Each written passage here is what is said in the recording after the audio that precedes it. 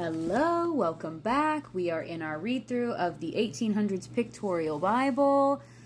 We are in Exodus chapter 17 today. We have read one chapter every day of this year.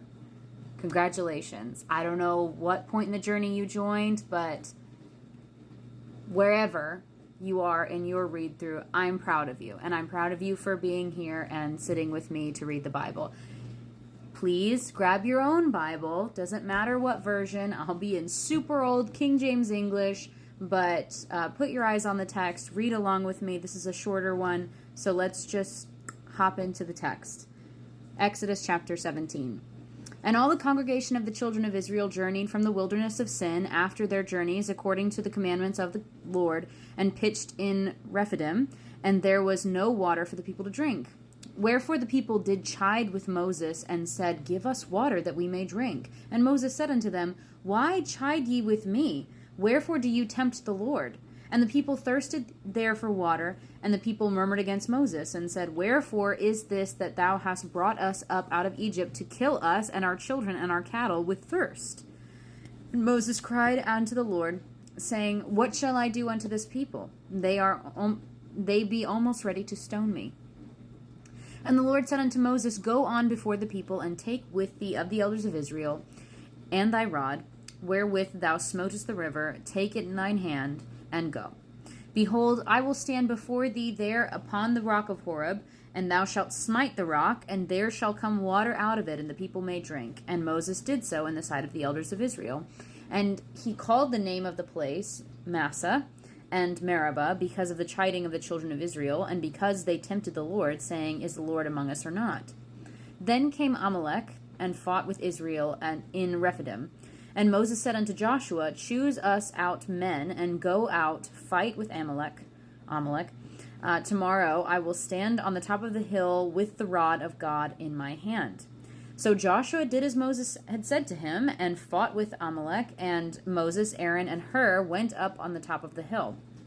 And it came to pass, when Moses held up his hand, that Israel prevailed, and when he let down his hand, Amalek prevailed. But Moses' hands were heavy, and they took stone, and they put it under him, and he sat thereon, and Aaron and Hur stayed up his hands, one on one side, one on the other side, and his hands were steady until the going down of the sun. And Joshua discomfited Amalek and his people with the edge of the sword. And the Lord said unto Moses, Write this for a memorial in a book, and rehearse it in the ears of Joshua, for I will utterly put out the remembrance of Amalek from under heaven. And Moses built an altar, and called the name of it Jehovah Nissi.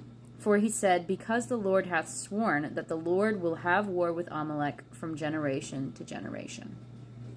Okay, even though this was a short one, a lot happened. A lot happened. In the previous chapter, we had the Israelites grumbling about no food. In this chapter, they're grumbling about no water. And God says, okay, well, Moses, go hit that rock, and I will give them water from that rock. And Moses does it, and they get water. This is important to remember. Later, God instructs Moses, when they don't have water, to speak to a rock, and it will give them water. But Moses, instead of speaking to it, hits it like he did in this instance. And God gets mad at him, and that's the reason that Moses doesn't enter the promised land, because he didn't obey God. So God takes his instructions pretty seriously. Moses leads the Israelites through thick and thin, through a lot of crazy circumstances, and the thing that keeps him from the promised land is that he chose to hit a rock instead of speak to it. Leadership is not something to be trifled with, is not something to be, casual about. God has high expectations of leaders, and God takes his word seriously. Beyond that, in the passage, we get a fight. We get a battle with Amalek and the Amalekites. And Joshua goes down with some soldiers, and they fight. And Moses is like, I'm going to go stand up on this hill and watch over you. And then he notices that every time his arms are up, they're winning. But if he puts his arms down, they're losing. So he, has to have guys holding up his arms so that they win. Nowhere in the passage does it say that God said, Moses, go up on that hill and hold up your hands to me and I will let them win. That's not spoken at any point. So I don't really know why this happened, or if it was if it was coincidental, what the deal is here. But it doesn't seem like God prescribed to Moses, hey, in order for the Israelites to win, I need you to do X, Y, Z. There's definitely other passages where there is prescription for, if you want to win, do these things. Later, many books later, the Israelites are going to be told, hey, if you want to beat these people, you're going to march around the walls, and then on the last day you're going to scream and blow trumpets, and they're just going to fall down. That's your battle strategy. And he makes that happen. So, but here, I don't see anything that says God said, hey, Moses, go hold up your hands.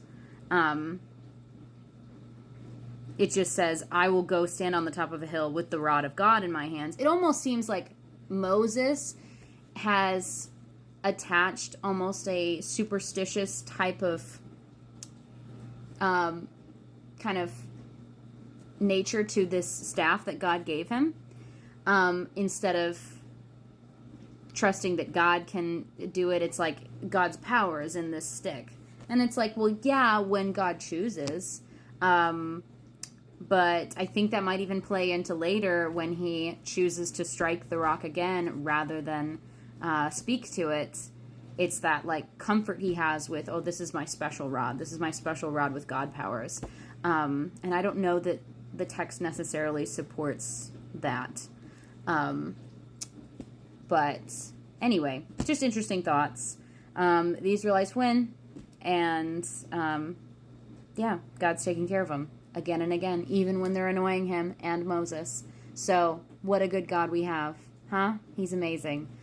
Join me tomorrow, and we'll be in the next chapter of Exodus. There's still a good deal of Exodus left.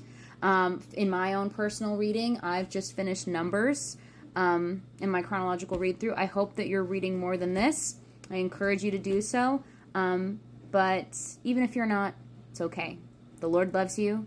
May he bless you and keep you. May his face shine upon you and give you peace. I'll see you tomorrow.